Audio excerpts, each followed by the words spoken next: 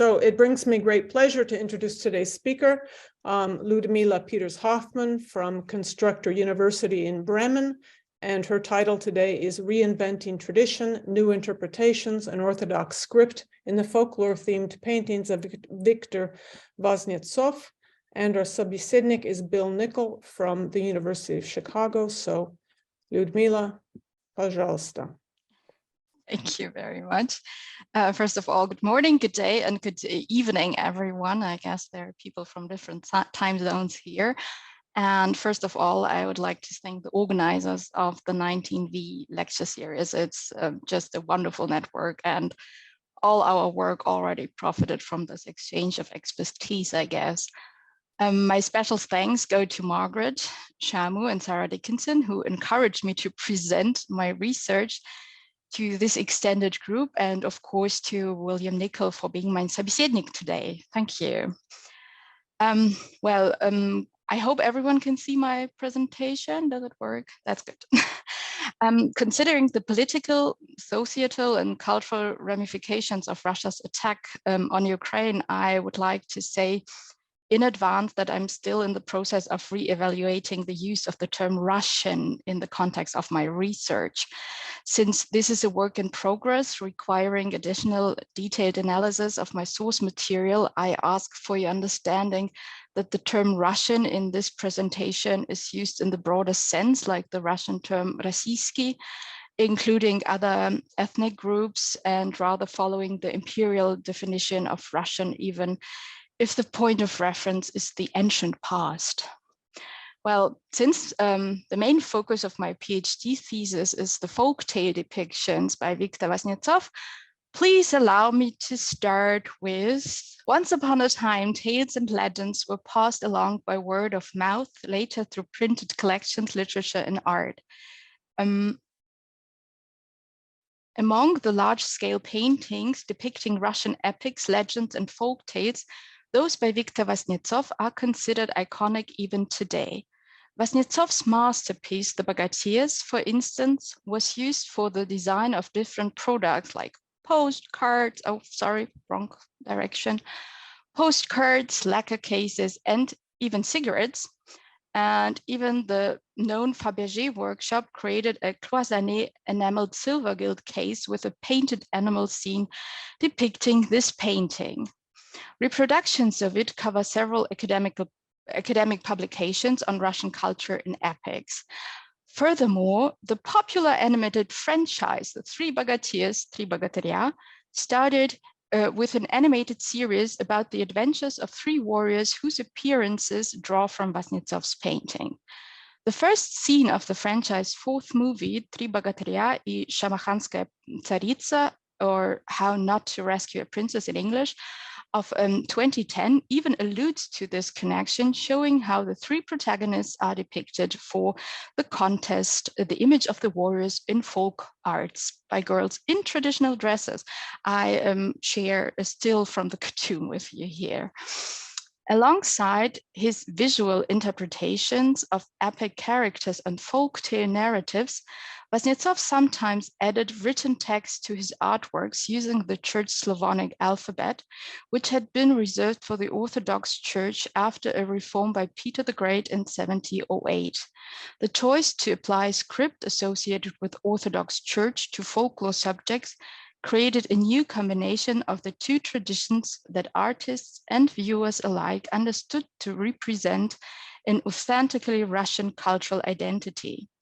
This talk will explore why Vasnetsov's paintings were so expressive and compelling to the viewer in the 19th century, and how Orthodox and folklore traditions coexisted not as opposites, but as a union.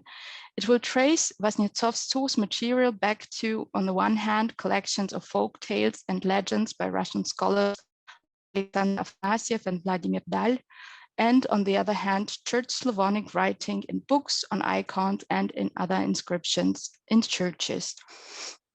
Comparing these sources to his final artworks and works by other artists such as Vasilii Perov, Elena Polenova, and Ivan Bilibin will reveal not only that Vasnetsov incorporated his own interpretations of the depicted subjects, but also the success of his choices. Viktor Mikhailovich Vasnetsov, shown here in a portrait by Ilya Repin, was born in 1848 in the small village of Lapyal in the Ushumsky district of the Vyatka province, situated between Nizhny Novgorod and Perm. As you can see, like the biggest cities, Nizhny Novgorod, it's here, and Perm here. They are each around 500 kilometers away, and Moscow is even around 900 kilometers away. He was the second of 6 sons. His father, Mikhail Vasilievich Vasnetsov, was a priest. In 1850, the family moved to Ryabova, where Vasnetsov spent most of his childhood. He started his general education at the age of 10 in a seminary in the province's capital city, Vyatka, which is now called Kirov. Even though he never intended to become a priest himself, Vasnetsov was very religious his whole life. This is particularly evident in his engagement in religious art. Worth mentioning here is the decoration of the St. Vladimir Cathedral in Kiev. Vasnetsov created most of the wall paintings and was the leading artist of the project. The main piece, the monumental Mother of God with child on the golden background of the apse, is considered as Vasnetsov's magnum opus. Identifying oneself through the Orthodox Church and the corresponding traditions was an important aspect not only of Vasnetsov's but of the people's cultural identity.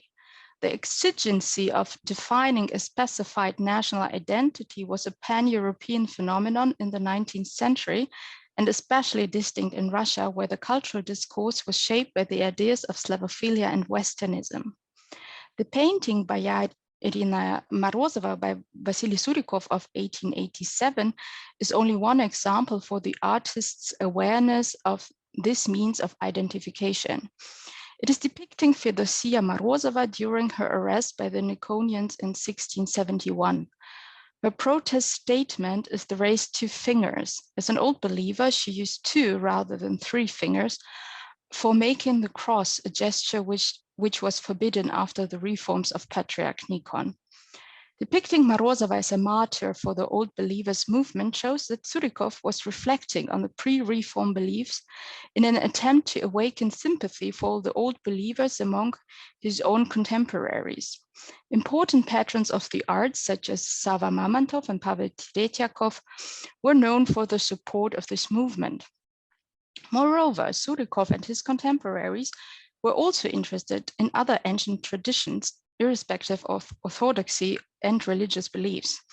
They discovered that the peasants outside the big cities still nurtured old traditions, using old designs for their self-made everyday household items and following ancient proverbs and superstitions. Scholars of that time also rediscovered old myths and folk tales, still distributed by bards, keeping the oral tradition of passing on stories of heroes and maidens in distress alive.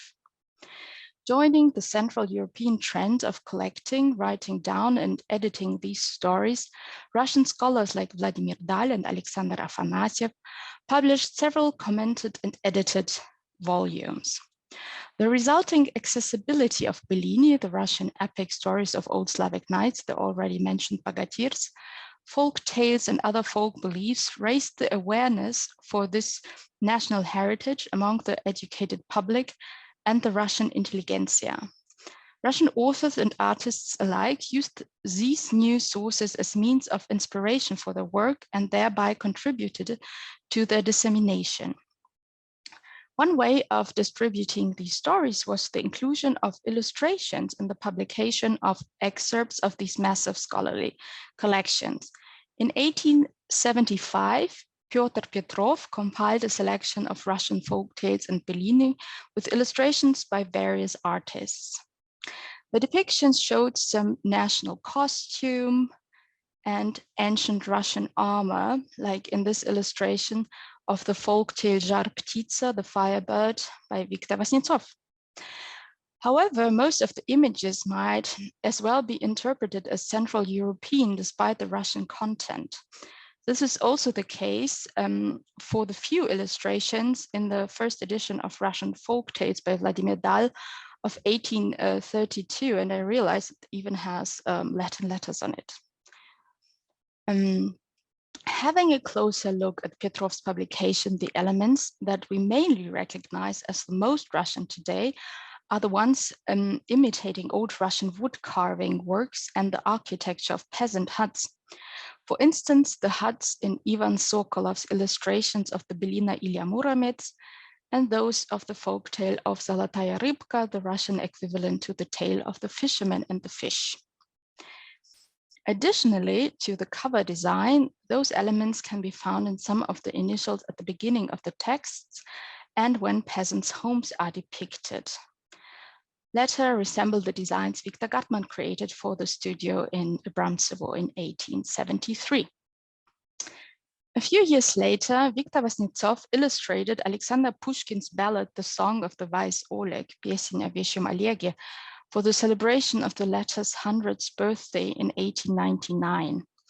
In his ballad, Pushkin writes about how it was prophesied by the pagan priests that Oleg would take death from his stallion. Oleg abandons his horse as a consequence, and after many victorious years, he gets to know that his horse had died and that his bones are lying on a hill. Oleg goes to see his old friend's remains, and upon touching the stallion's skull with his boot, a startled snake bites him and he dies, fulfilling the prophecy he thought he avoided. Vasnetsov illustrated 4 scenes of the ballad: the encounter with the pagan priest, the farewell from the stallion, the attack of the snake, you can see it here, and the mourning of Oleg's friends and allies. The main illustrations and some decorative elements are in the upper part of the page, accompanied by Pushkin's text in Church Slavonic alphabet and using Old Russian designs for the initials. Vasnetsov created the initials himself, while the text was written by Viktor Zamirailo, an Ukrainian artist, actually. Both artists already collaborated during their artistic works in St. Volodymyr's Cathedral in Kiev.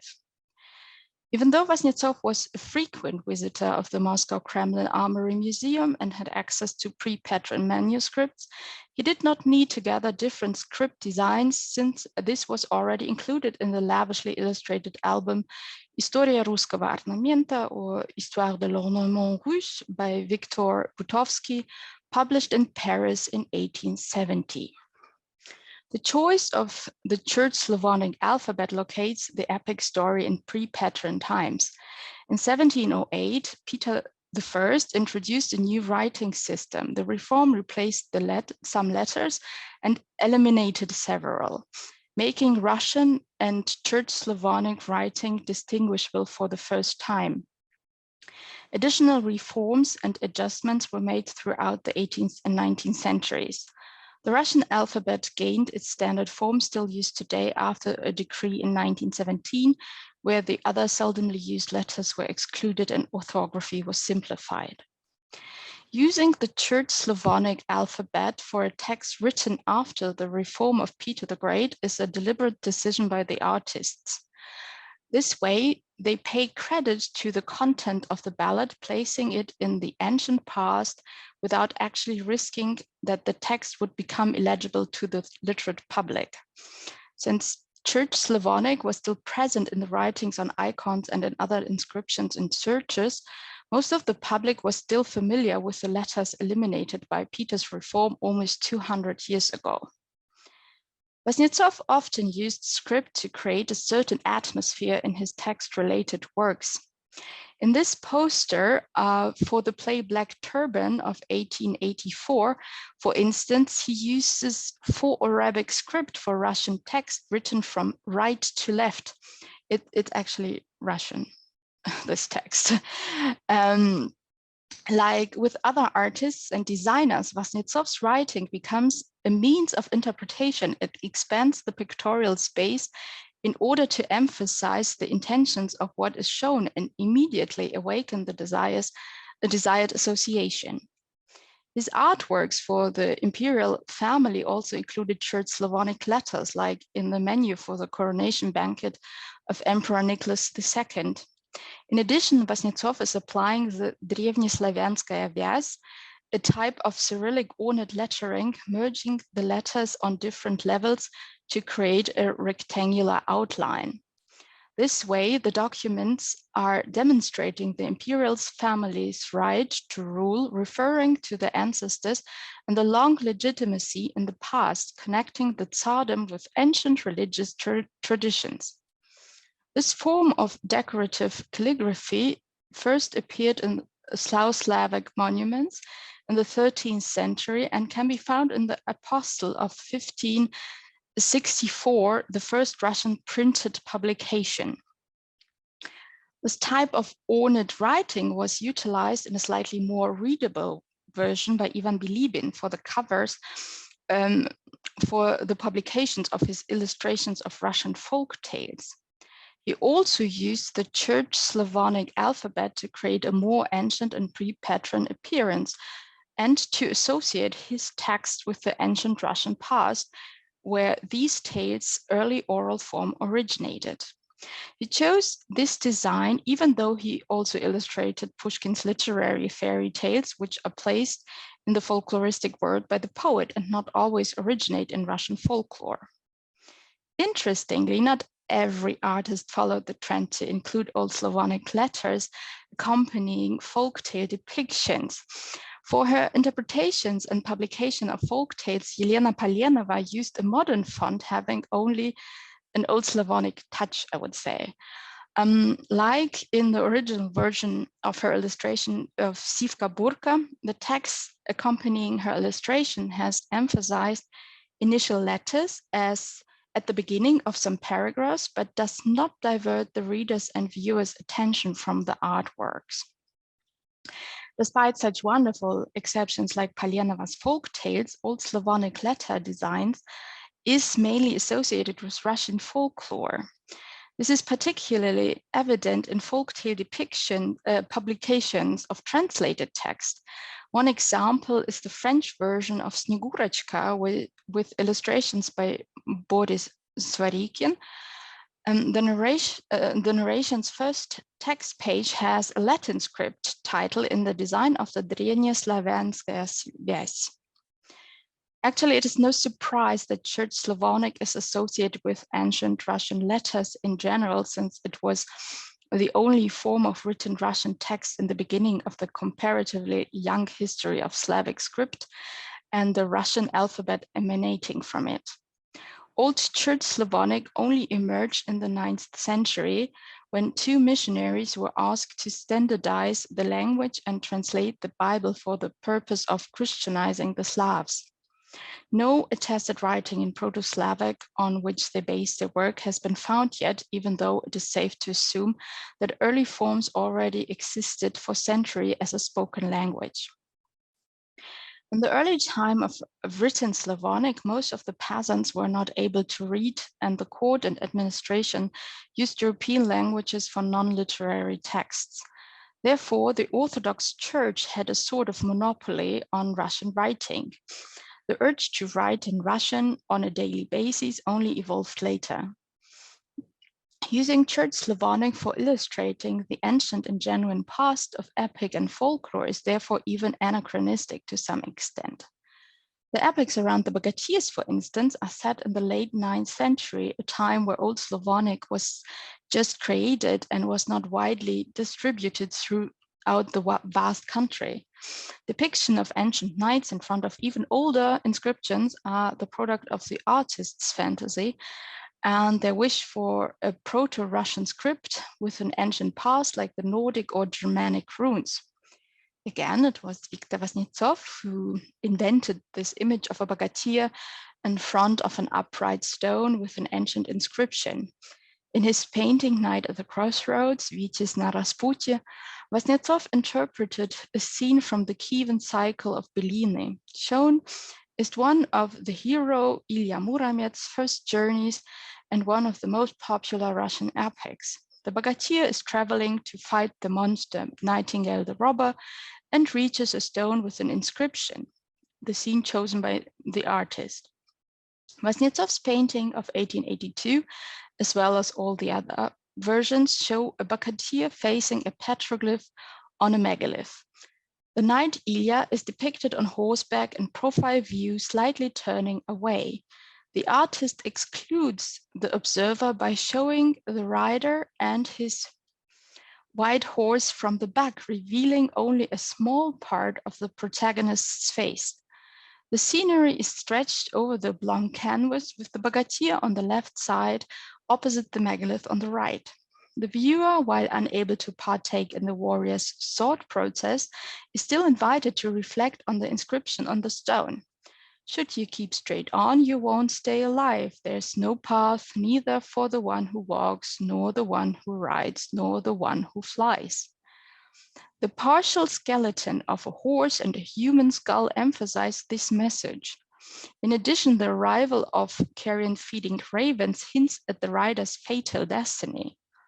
The triangle composition of the scene enhances the connection of megalith, skeleton, and bogatyr. The relation of knight and megalith is additionally highlighted by his upright posture being reflected in the upright standing stone. In contrast to the storyline of the Belina, Vasnetsov does not give his Vityas any real choice. The petroglyph on the megalith only describes one way, and in the background scene, only one trodden path near the left rim of the canvas is properly visible. It's here. Deviating from this path would mean trying to find a safe way through the unwelcoming steppe of the Russian north and doomed to die. Even if the painting may be considered as a scene from a Belina, it is also a portrait of a bogatyr. Here, the hero of epic stories is shown pensive and in a moment of recollection, maybe even despair. The heroic deed of this warrior would be to face and overcome all obstacles predicted by the petroglyph. His strength lies in his reflection and his refusal to surrender in the face of seemingly unsurmountable challenges. This broadens the representation of a bogatyr beyond those of a mere triumphal figure. The script on the stone is actually Church Slavonic, not even the Old Church Slavonic. An educated and literate public was therefore able to read the inscription, which declares the inseparableness of the obstacles lying ahead of the knight. Other artists based their depiction on Vasnetsov's creation using different inscriptions, like Ivan Bilibin in his illustration of the folk tale of Ivan Tsarevich, the Firebird and the Grey Wolf of 1899. Like the iconic bogatyrs, the Knight at the Crossroad had a vivid afterlife with various reproductions on postcards, lacquer boxes, and again, various animal cases by Fabergé, chocolate wrappers, and even reinterpreted for advertisement.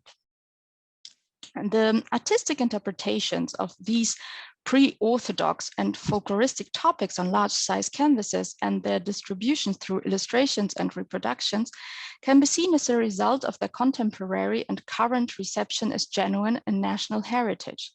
The concomitant ennoblement of these subjects in the arts reflect how artists include folklore in their search for national identity, along with subjects for monumental, historical, or socio-critical painting. In Vasnetsov's late work, he is actually merging folkloric and Orthodox elements by including religious motifs in his canvases for the poem of the 7 fairy tales. The cycle includes 7 large-sized paintings: the Sleeping Tsarevna, the Unsmiling Tsarevna, Baba Yaga, the Frog Tsarevna, Kashey the Immortal, Sivka Burka, and a second version of the Flying Carpet. The title of the cycle was first documented by the artist's son, Mikhail Vasnetsov, in a letter in 1914, wishing his father to finish the cycle soon. The Unsmiling Tsarevna's palace has wall decorations with figures from religious manuscripts and lubki. However, the large-size painting of the Sleeping Tsarevna unites both opposites in the most obvious way by including a written element. The sleeping heroine lies on her altar-like bed, cursed with a long-lasting magical sleep, surrounded by her court. Beneath her sleeps a little girl on a book, the Golubinaya Kniga, the Book of the Dove. It is said that the legendary holy book was brought by doves from heaven to earth as a gift from God. Because of its size, no one was able to read it. Only some of its Bible-like content was passed on in the poem of the Book of the Dove, a manifestation of prophetic vision, not an excerpt of the actual book. Even though it is not well recognized today, this topic was popular among Vasnetsov's contemporaries. Among other stories, the book is said to include a version of the creation of life by God. The focus of the poem's version is the connection of God and nature itself, a thought also common within the pagan view of the word. Apollinaire Vasnetsov, the artist's brother, once wrote about the poem of the Book of the Dove, and I quote, "Although it is a naive form of Russian writing, it is heartfelt in its content and very characteristic for the Russian people, who look at nature as a manifestation of God's will, as an emanation of it." End of quote. This legendary book, which already includes an amalgamation of Orthodox and pagan beliefs, lies open underneath the sleeping Tsarevna with a sleeping girl on it, suggesting that she was the one who was actually able to read its content, something no one was able to do before. Connecting this book, so important for religious beliefs, to a fairy tale painting, Vasnetsov demonstrates the nativeness of religion and folklore and corresponds to the importance of both in the context of national identity and thereby the nation's origin and tradition. Due to their origin in ancient and oral tradition, epics and folktales served as a means of national identification within the everyday life of people of all social classes, just like religion. The peasant population listened to these stories and tales while doing the handiwork by the fire during the long winter nights. The educated and wealthy read the publications, cited Pushkin's epic poems, and enjoyed the corresponding artworks at exhibitions. Being back to the roots was en vogue. If even the imperial family held large costume balls with old Russian robe and the French women in parents loved the mode à la Russe, the love for the non-Orthodox national traditions could not be that bad. Like Christianity in its early days, the revival of paganism in forms of epics and folklore is using the well-known elements that are already familiar to the common people.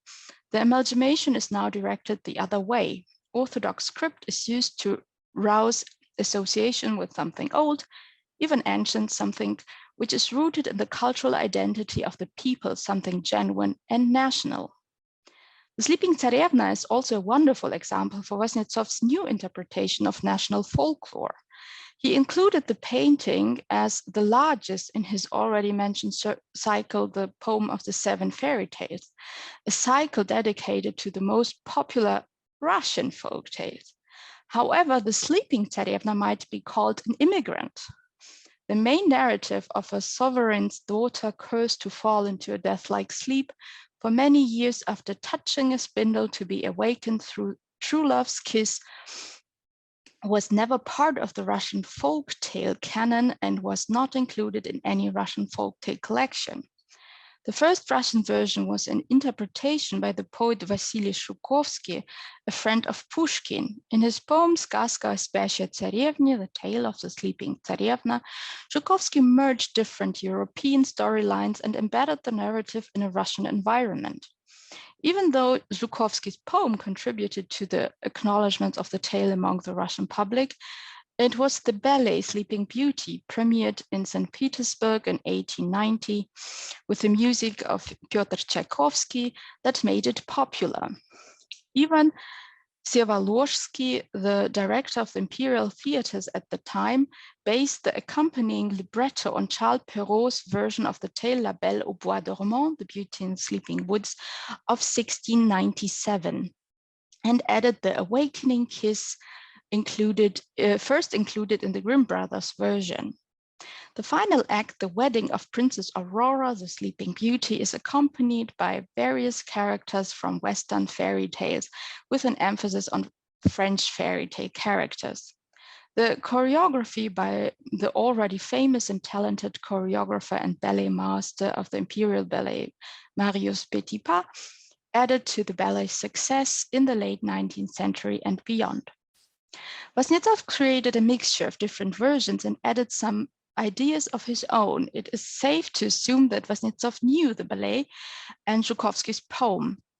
However, the first sketch of the painting was made by the artists between 1882 and 1885, but definitely before 1900, and therefore before the staging of the ballet and after his work on the opera Snegurechka.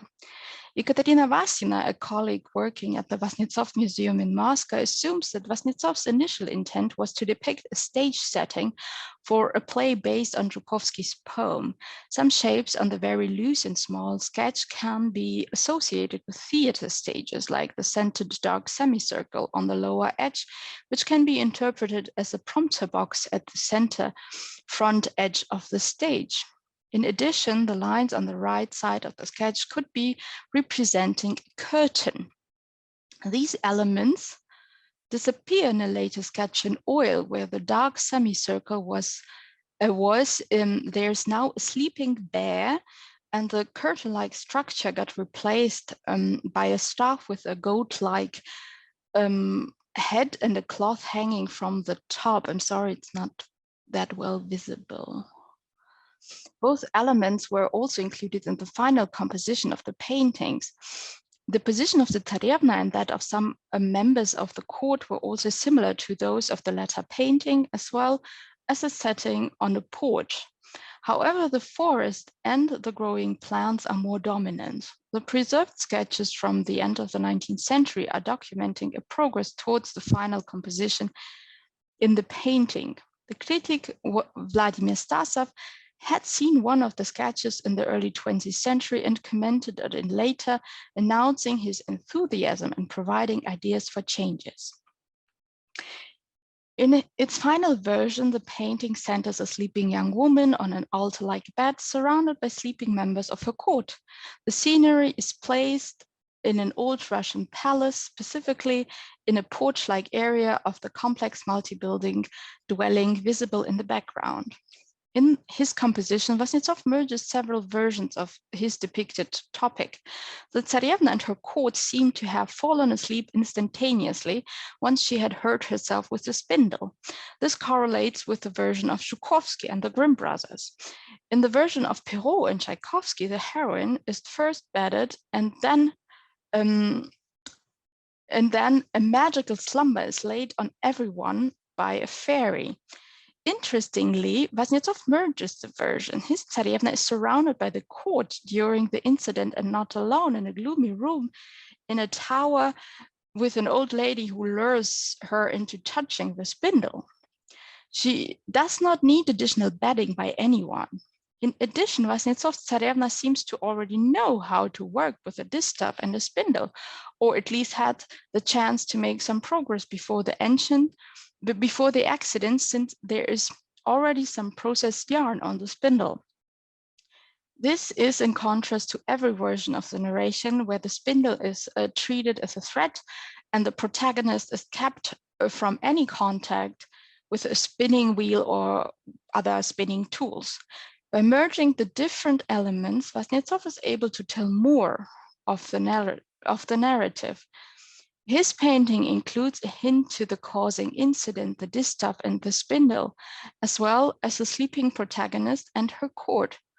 Other scenes may only show the scene around the spindle or the sleeping protagonist or the sleeping court or the liberating kiss. Interestingly, Vasnetsov does not show a dramatic scene of the narrative. Instead, he chooses to portray the death-like sleep itself. The artist Mikhail Nesterov considered the Sleeping Tsarevna to be one of the artist's best paintings. After going through Vasnetsov's artistic inheritance with Apollinaria, the deceased brother, he wrote in a letter to the amateur artist and his friend Aleksandr Turugin, "The most valuable, of course, are the folktale paintings of the last period. The best of them is the Sleeping Tsarevna, a canvas of 6 arshins. If it were not for the senile defects that occurred from poor eyesight, from the weakness of the hands, etc., this thing could be considered equal to the best things of Vasnetsov's heyday. It is so unexpected, poetic, and the artist is so clever in it. At the first moment, the viewer, like all those in the picture, is enveloped in a quiet sleep. A sweet drowsiness spreads throughout the whole picture. The princess sleeps, the servants sleep, the animals and the birds sleep. The wonderful Russian landscape is sleeping. A lovely thing. End of quote. Creating seemingly Russian genuine folkloric content was something Vasnetsov already did before. Another striking example is his painting of the folktale character Snegurechka. The viewer might think that the delicate portrait of a young girl in a winter landscape is referring to the folk tales of a maiden made of snow who comes to life in winter and melts in spring. However, the artist's source of inspiration was not a folk tale, but the work of an author who based his creation on the folkloric content. The painting Snegurechka is actually showing a scene from Aleksandr Ostrovsky's poetic drama Snegurechka Весенняя сказка, The Snow Maiden, a Spring Tale, first published in 1873. Therein, the author created a narrative around the folk tale character Snegurechka. In his reinterpretation of the folk tale, Ostrovsky ennobled his female protagonist by making her the daughter of Ded Moroz and Vesna Krasna, personifications of the seasons, winter and spring. The author's self-determined and confident Snegurechka decides by herself to leave the safe forest and live among the humans. She asks her mother for the capacity to love, despite being aware of the fatal consequences and willing to endure them. The literary Snegurechka falls in love, and her body is so overwhelmed by the feeling that she evaporates into a cloud when the first sunbeam touches her at the end of the play. Ostrovsky's play was staged in a collaboration with Tchaikovsky, which premiered on May 11, 1873 at the Bolshoi Theater in Moscow. In the late 1870s, Nikolai Rimsky-Korsakov got interested in modifying Ostrovsky's play by composing an opera. After receiving the author's approval, the opera of the same name was first performed at the St. Petersburg Mariinsky Theater on January 29, 1882, with a libretto close to Ostrovsky's original text by Rimsky-Korsakov himself. Unfortunately, neither the audience nor the critics were impressed. The patron of the arts, Sava Mamantov, and the members of the artistic circle at Abramtsevo staged Ostrovsky's play in a private production for themselves. Mamantov was impressed to such an extent that he decided to stage his own production of Rimsky-Korsakov's opera. The premiere followed in 1885 in Mamantov's private opera in Moscow. For this staging, Vasnetsov was commissioned with the costume and stage design. Together with Isaac Levitan and Konstantin Korovin, they created a fantastic world which elicited a more well-disposed reaction from the critics, though the overall reaction never was euphoric, in particular in the Russian capitals. For his painting, Snegurechka, Vasnetsov chose the moment when the heroine leaves the forest to live with the people in the close-by village. The upright scene centers the young woman stepping out of the deep forest on a snow-covered hill, which is gently falling from the left to the right. The moonlit snow is glowing in white, light blue, and light lilac tones underneath the night sky in the upper half of the painting. A source of life seems to illuminate the protagonist, casting dark shadows almost like a spotlight on a stage. Snegurechka is positioned slightly left of the painting's center. She's depicted in frontal view with a slight turn to her right side. Her arms are reaching out to the left and right as if balancing while walking cautiously. She's wearing an intricately decorated white and cream-colored straight floor-length coat with white fur at the hems. Her head is covered with a matching cap and her hands with patent mittens. Her costume resembles precious old Russian clothes. Her gaze is pointing towards the source of light in the direction of the forest, preventing any interaction with the viewer. In the foreground, young fir trees are growing and tracks of animals are visible in the fresh snow. Behind the maiden, older fir trees are indicating the forest, and on the left side of the painting, and birches and other trees are painted with broader brush strokes, blurring the details. In the dark background, small orange lights are shedding light on the village, Snegurочka's destination. Another artist and one of the founding members of the later Peredvizhniki, Vasilii Perov, created sketches in oil on the subject of Snegurочka in the late 1870s. The sketches show a ghost-like fading Snegurочka leaning on the rim of a well in different stages of her collapse, approached by an older couple. It is safe to assume that Perov knew Ostrovsky's version of the tale since he portraited Ostrovsky in 1871. Might have even seen the first staging. Unfortunately, the first realization of the play was not successful with the public.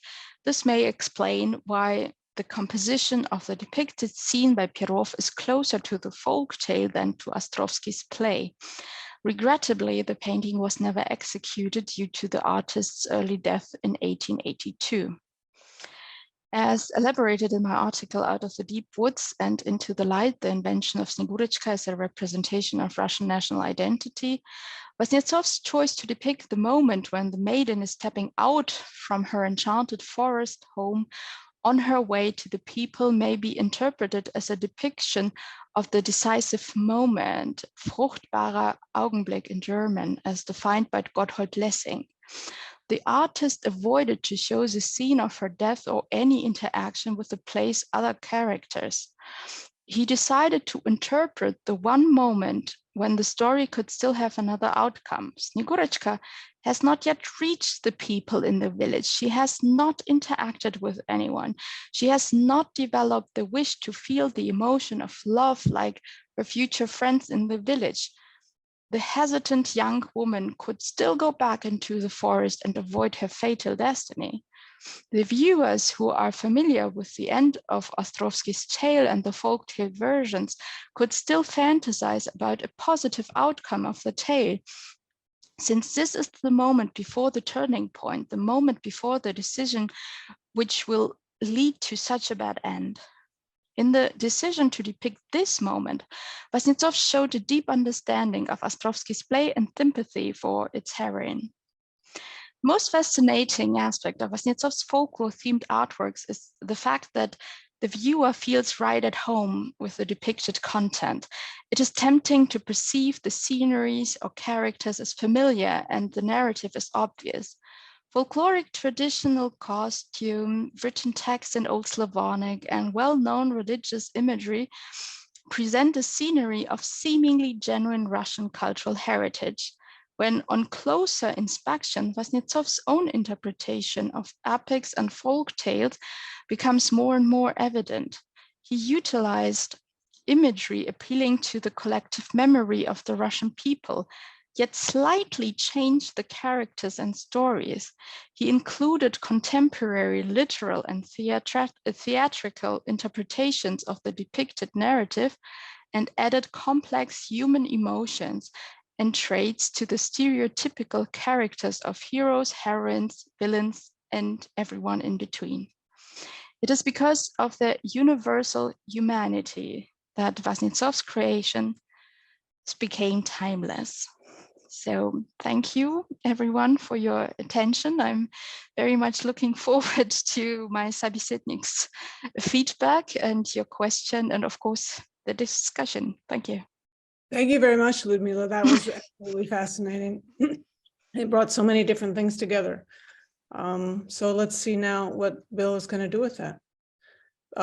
So Bill, our собеседник, Bill Nickel. Yeah, a moment. So thank you very much. I really enjoyed reading that wonderful paper and it gave me a lot to think about. And as often happens, it makes me want to write something about this too, because it's just so interesting. So I will try to be brief. I was, I understand that that's the goal here, is just really start off the discussion with a brief comment. So I guess I want to focus on just a different context for thinking about this, that it's certainly present in the paper, but just the notion of art literacy and the emergence of art, a new art public, and the ways that this might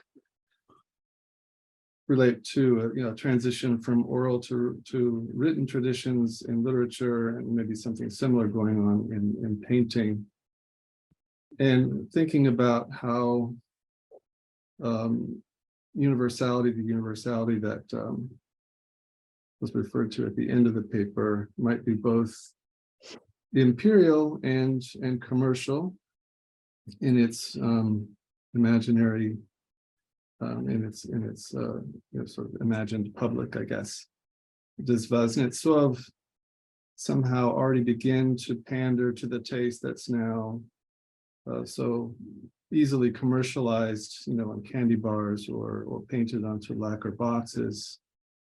There are other aspects of his career, his work on book illustration, his work for the several editions of Azbuki.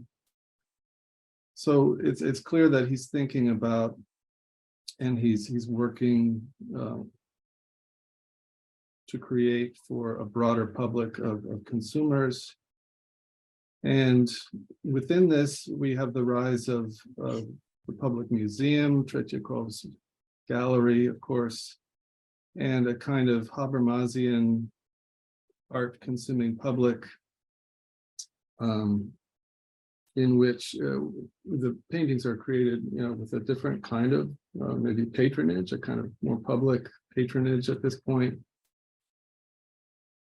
We have an older tradition of this where paintings were visible to a broad public in iconography, church painting, but now we have these new galleries, these new national Narodные Muzei that are open to this broad public. And I found, being a Tolstoy scholar, I found useful here a kind of debate about the role of the new museum and the sort of the new artists that create works that are displayed in these museums between Tolstoy and Tretyakov in 1894.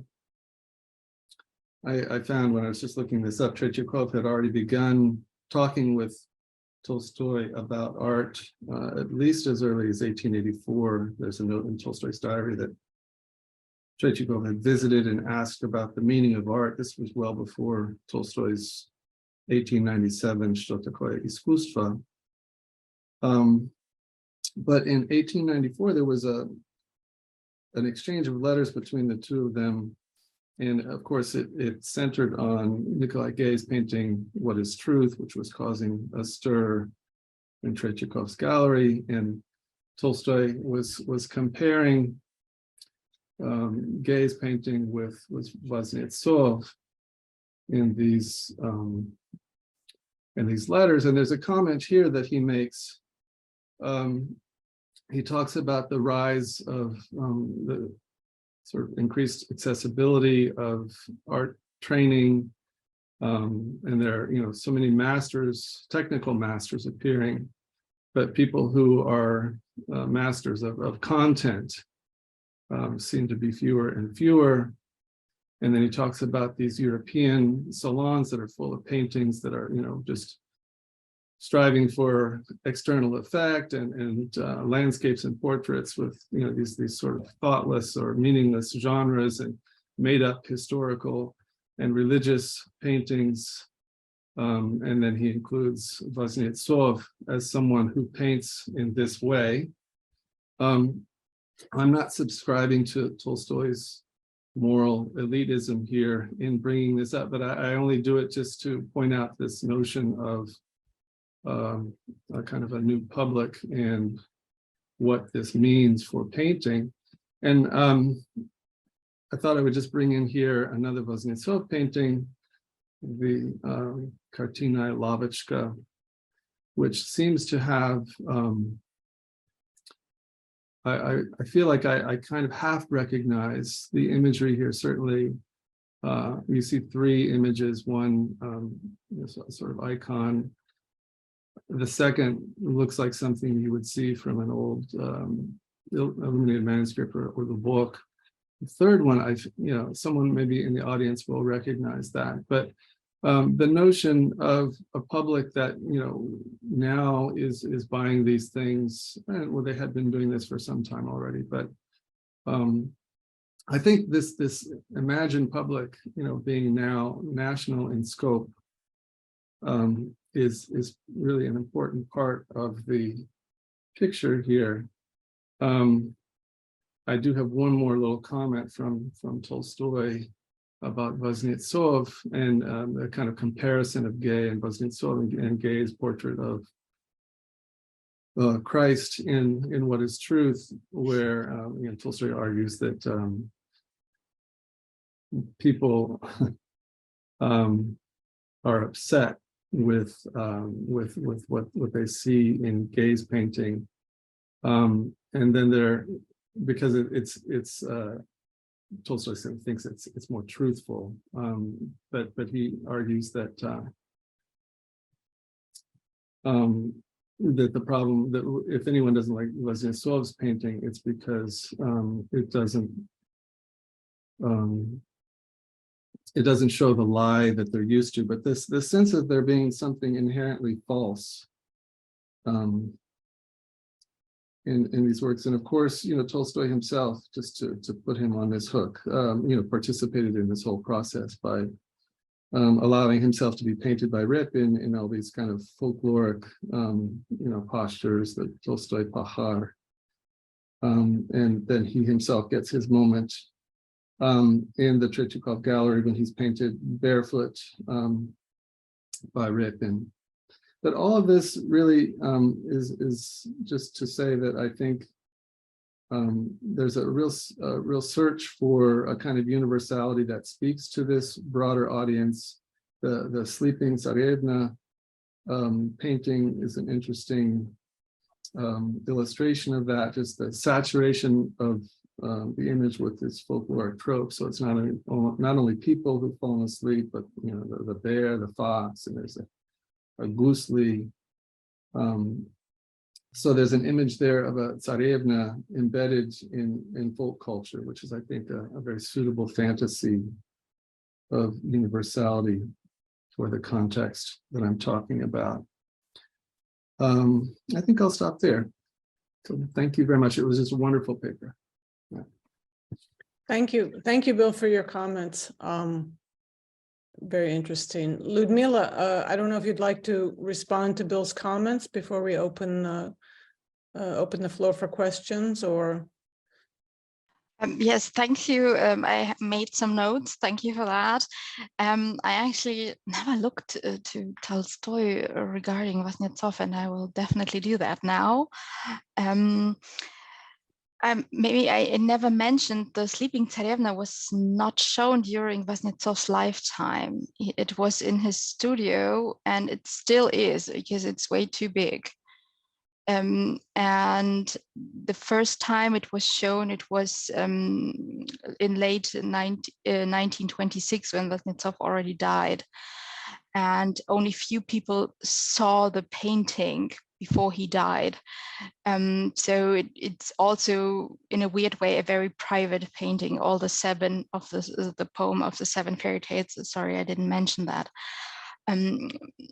Yes, thanks. I have to think about some things, especially the aspect of the broader public and the accessibility of art. Thank you. Thank you very much. Sergei Bokatyryov, I see your hand. You need to unmute yourself. Okay, well, thank you very much. It was fascinating talk. And I just wanted to follow on William's point that there are so many contexts. Of course, there is a, well, pan-European or even world context with the arts and crafts movement. And I think Vasnetsov, well, fits in very nicely. And of course, Abramtsova was mentioned several times during the talk. And there is also a very strong commercial element in the arts and crafts movement in general, and also in Vasnetsov's works. And in this respect, I was thinking about another artist, female artist. It's Elizaveta Böhm, who was tremendously successful in bringing together, well, writing and these cute images of children in her fantastic series of postcards of Russian alphabet. And you have again sort of historicized images of boys and girls, and each portrait illustrates a Russian letter. So it's and she was tremendously successful in commercial terms. So I think there is a very strong, actually, this element of commercialization in Vasnetsov's art. But the point I would like to come now is actually the year when the Sleeping Tsarevna was created, 1926. So it was the year Vasnetsov died. Well, it was also 1 year before the 10th anniversary of the Russian Revolution. So we can easily imagine that many artists were busy with painting portraits of Lenin and Trotsky in 1926. So my question would be, what was the role of sort of personal choices in the fact that Vasnetsov resorted to this series at the very end of his life? I think he died in July 1926. And also the role of political factors in Soviet Russia when Vasnetsov decided to, well, to come back to, well, these topics which were probably not very suitable in Soviet Russia. Thank you. Yeah, thank you very much for your question. Vasnetsov, you can say he's a very slow worker. So he started on this cycle even before 1900, like with first sketches. There are sketches which are definitely dated before 1900. And the Sleeping Tsarevna is dated 1926 because he still worked on it until he died. All of the 7 paintings in his studios are dated 1926. There are some interpretations of the painting of Baba Yaga in the context of the revolution because it's dated 1917. It is the only painting of the 7 which has a date, the only one. And Baba Yaga has a red cloak and things like that. And so there are interpretations towards a reaction to the revolution, and let's say it a negative reaction. I mean, Vasnetsov worked for the imperial family, so he wasn't like very happy about the political situation. And he had the luxury to go back to his studio and have enough money to work for himself. And so I guess it's some sort of like, unfortunately, he didn't write anything, like not a diary or a letter where he just said, oh, I'm back to the fairy tales because it's so nice and I want to like go away from politics or something like that. He didn't write anything regarding those paintings. There are very few written documents for this last time. Since he started to work on them before the real upheaval in politics, I don't think that it is a direct reaction, but it's definitely a reaction of going back to himself and not react to Soviet politics, because of course he was a member of Soviet artists. He got some nice paper which just said, oh, we are so proud that you are a Soviet artist, but I don't think he really cared. Thank you. Hope this answers your question. Thank you. Our next question comes from the person named History of Art. Excuse me, please. I'm Anastasia Loseva, but I can't rename. I don't know why this evening. Yeah.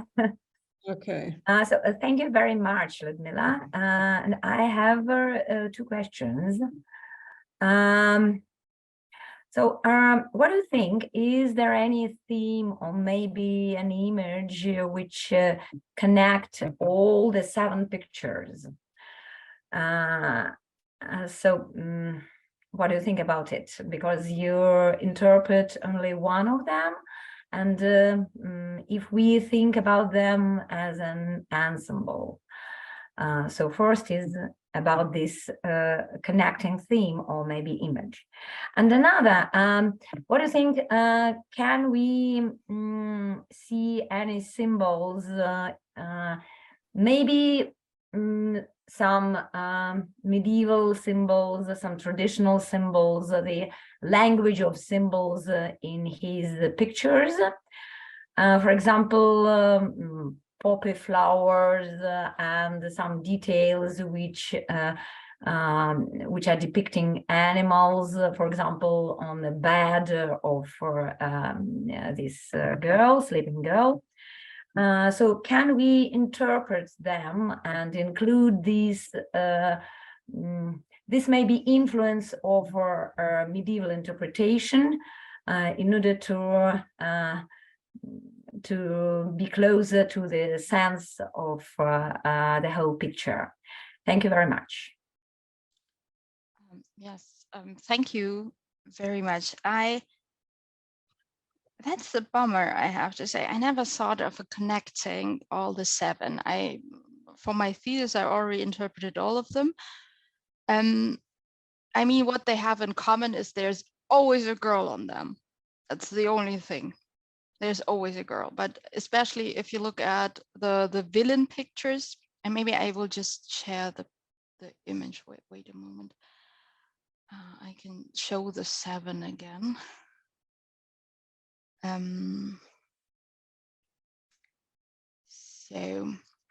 So you have here like Baba Yaga and Kashey Besmертny.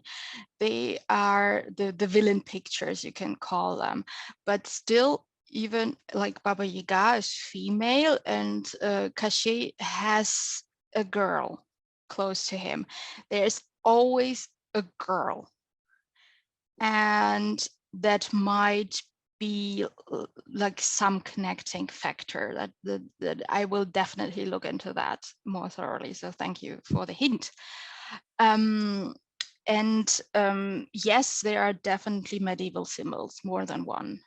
There are plenty of it. And of course, as you already mentioned, there are poppy seeds in the sleeping Tsarevna, like very prominent in the front here next to the bear.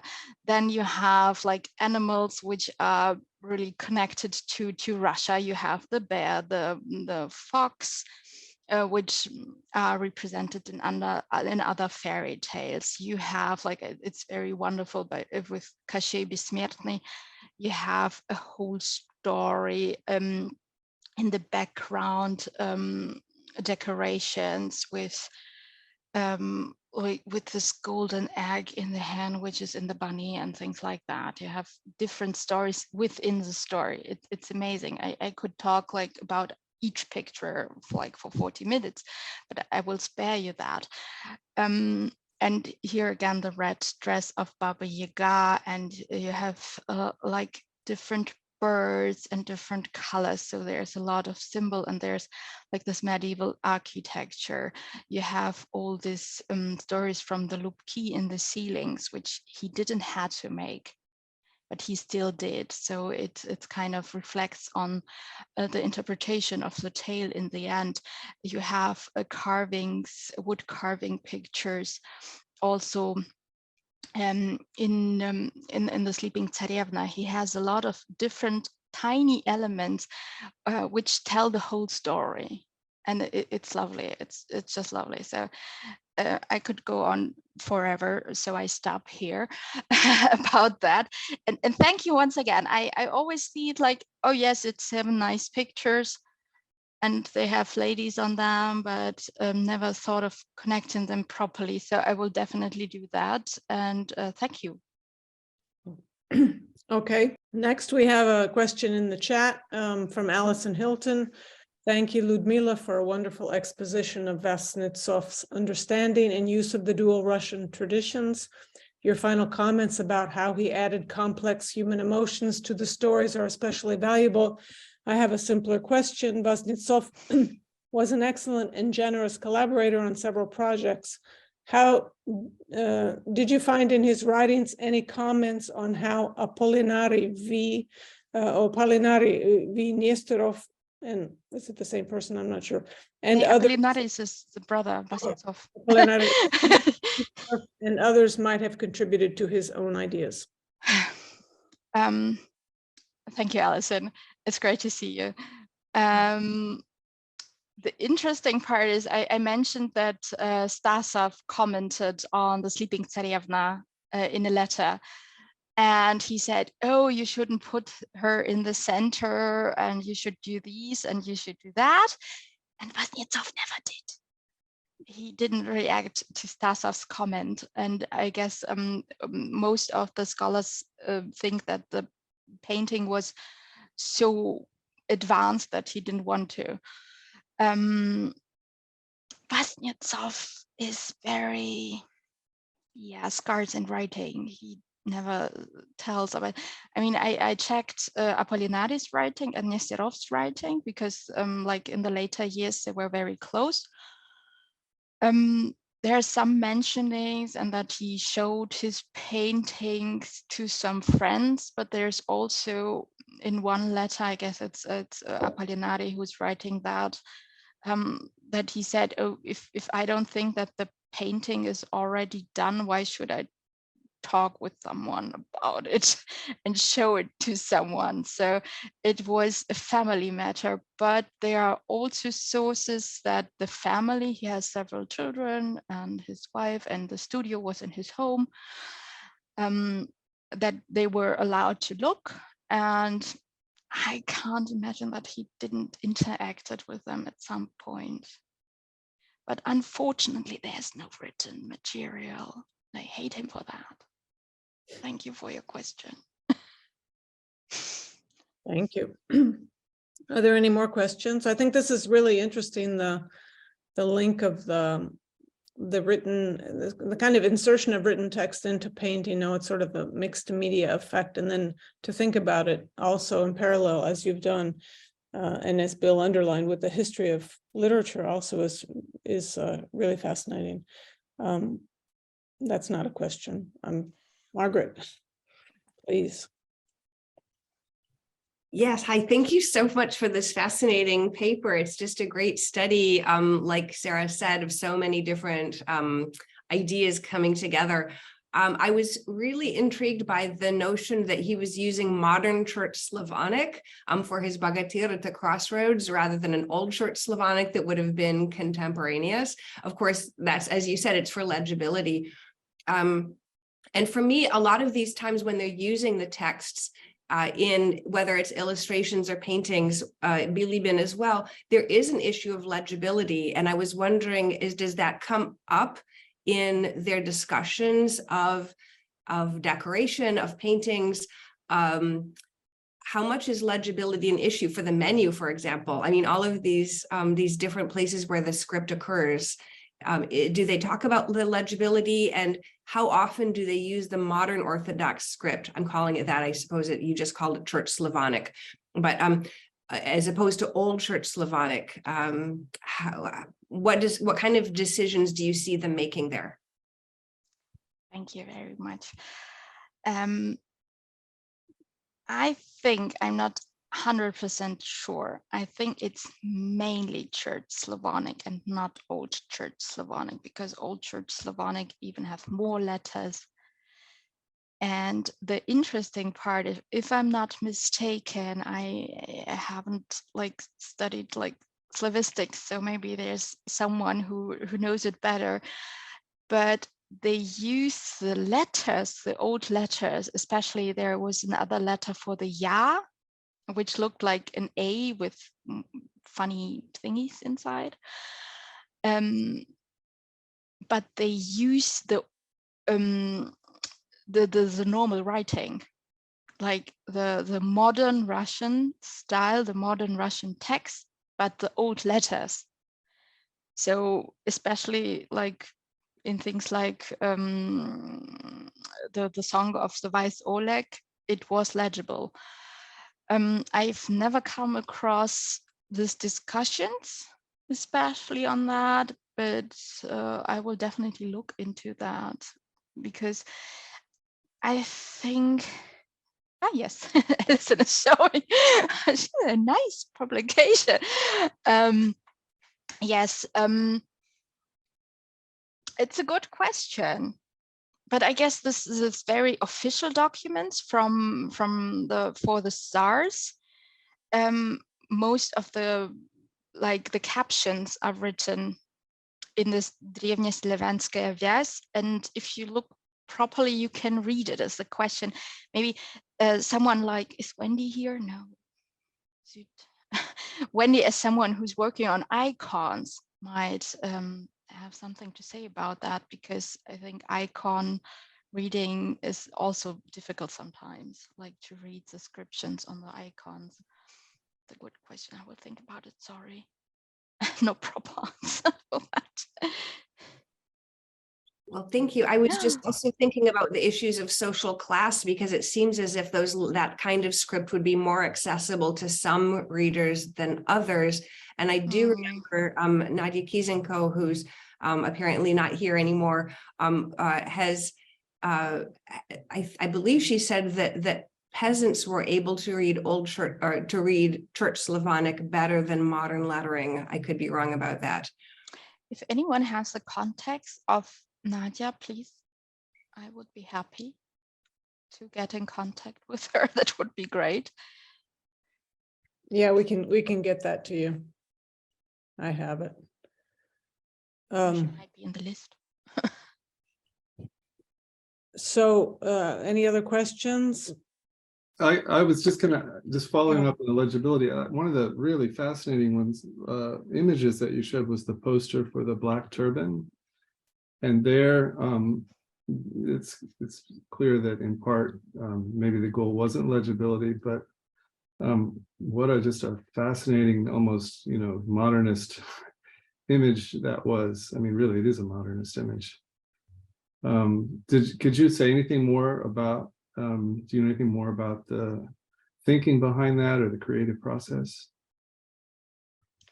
One moment, I just want to share it again so everyone can see it. Actually, if you know that it's Russian and it's written like the wrong way around, you can read it. I feel that I can read it. Maybe I just imagine being able to read it, because it's let's here with a chair and nicely Vasnetsov put черный turban beneath it. So there's like some sort of extra Russian script below. I mean, the poster was created in this very productive like surroundings of Abramtsevo, of the Abramtsevo Artistic Circle, and it was there are hilarious photographs of the staging of this play, which is some sort of racist, we would say nowadays, because it showed like all the turbans and all the stereotypes. And if you look closer, it's very brutal, because there's a lot of dead people down here, and there's blood, and here's things are written in blood, because it's a lot about beheading and the savages from the east. I've seen different poster designs or like announcement designs for different stagings of the Abramtsevo Circle. And Vasnetsov, it's like nowadays designers, he thinks, okay, what is the stereotypical idea behind this play or this idea we were trying to stage? And then he really works with stereotypes. I mean, this is full of stereotypes, and always like the sad princess, which looks rather Russian than the head up here. And Mamantov, who was involved in this play, and if I'm not mistaken, he even wrote the play. he was very interested in the Orient, of so-called Orient, and he traveled there and he brought back souvenirs, so that Vasnetsov had some access to Arabic script. And since this is settled in some Oriental version, so he puts the script to that, and he's really working like a modern designer who would work with stereotypes. He has that. There are several little like program cards for Snegurachka, and it is always like snow, winter, blue, the rather old Russian script. Then you have postcards of Snegurachka. I'm sorry, I don't have the images for that, where you have this village of the Berendeyevs where she will go to with very colorful wood carvings. And so he always takes the scene and presents it in his posters. So he really worked with that. And I think like the black turban is very fascinating because it's not the Russian topic, but something completely different, but he works similarly and engulfs in the stereotypes and symbols. Okay, thank you. Now we have a question for Bill from Anne. Can I please ask Bill to say a bit more about how the painting might be read in relationship to empire?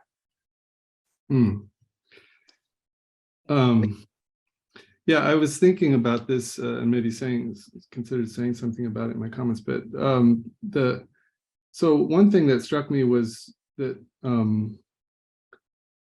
some of the imagery, I guess maybe Anne's question is specifically about the Sleeping Tsarevna image, but even some of the other Vasnetsov images with related to the Bellini, that those aren't necessarily Russian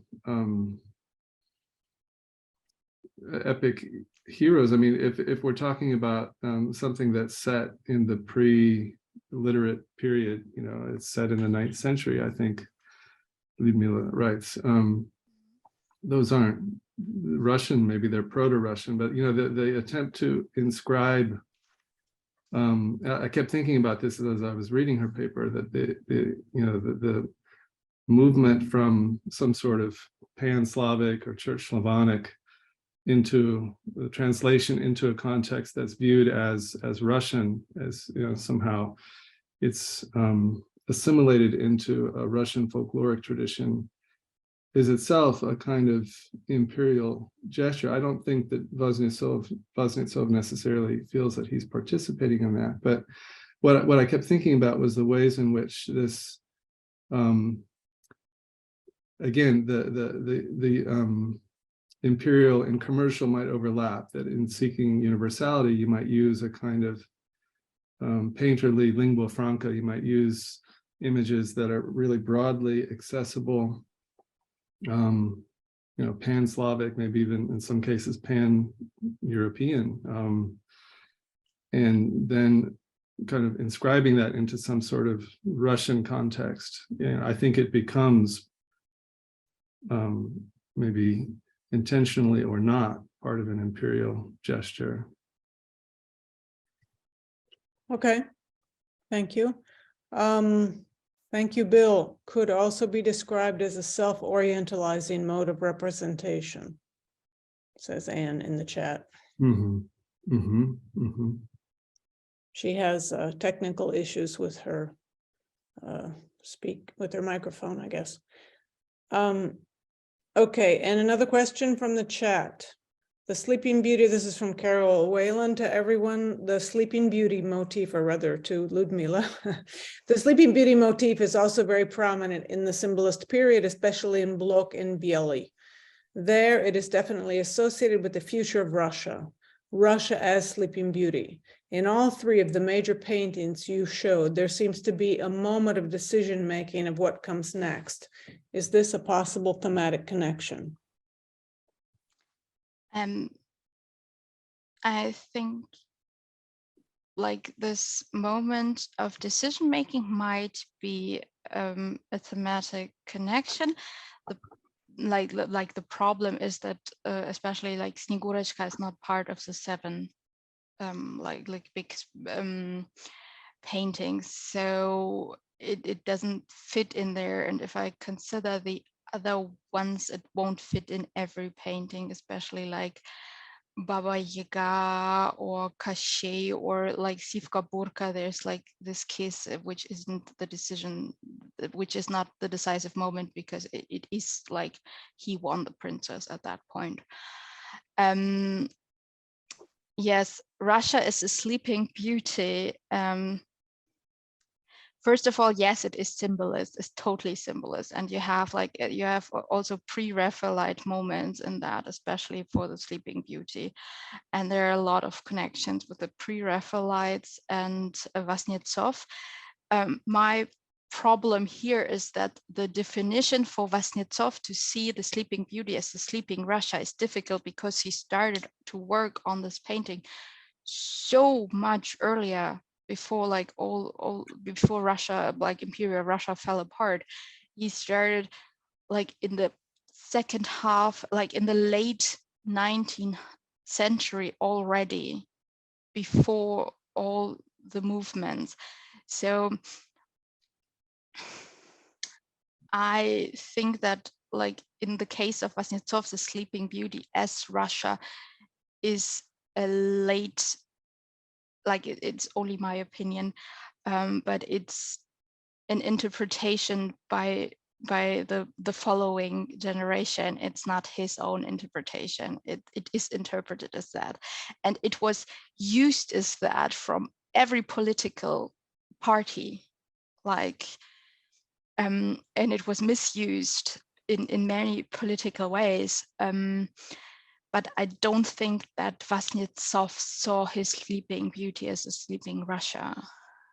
And yes, the decisive moment, I will think about that, definitely. Thank you. And what comes next? Maybe there will be some points within the 7 pictures too, but he definitely had this in his paintings, this decisive moment in many paintings. Thank you. Great. There's also in the chat a note from Jill that she's provided a link so that we can see a full version of the Snegurочка opera online on YouTube for those interested. Copy that link. Already did. Thank you for that. I'm going to do that too. Are there other questions or comments on today's talk? Hi, sorry.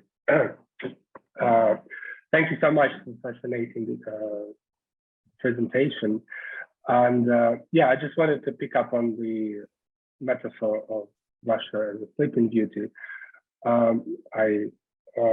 Several years ago, I participated in exhibition project, which was about the cartoon produced by Vasilii, who was not only the director of the Imperial Theater, but he was also an interesting cartoonist who was representing in his cartoons the elite of the Russian Empire and the theater elite.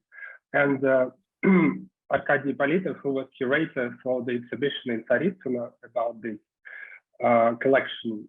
So he, as far as I remember, and probably you might be interested to look at this catalog. So he starts with this metaphor, actually, because as you mentioned, Sleeping Beauty was put up on stage in Mariinsky Theater, and Aleksandr III was attending the show, and he was very much fond of these performances. So he writes about it and how the era of conservatism and stagnation had different rhymes also in Vasilii cartoon. So this is just little vignettes which you might find useful. But thanks so much for this fascinating presentation. Thank you so much. Would you be so kind and send me the name of the catalog? That would be great. Thank you. Any more questions? I think we can probably do about one more. Should there happen to be one more? Yes, Alison. Yeah. Ludmila, I wanted to just mention one other thing that you've touched on before, but it's the multidisciplinarity of Vasnetsov and his colleagues. They are all working simultaneously with acknowledging Pushkin, for example, and Wise Oleg, the history, architecture, of course, and theatrical design. And as you know very, very well, the overemphasis that you need for theatrical design may have come into some of Vasnetsov's illustrative works. The Black Turban, for instance, was purposely as outrageous as the participants could make it. And they talk about that.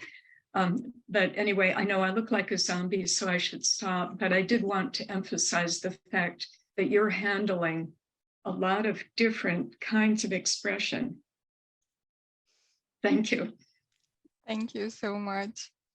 Well, that's great. Thanks to everyone for coming. Thanks particularly to Ludmila, of course, for this wonderful presentation, and to Bill for his insightful comments. And we look forward to seeing you on March 8th for International Women's Day.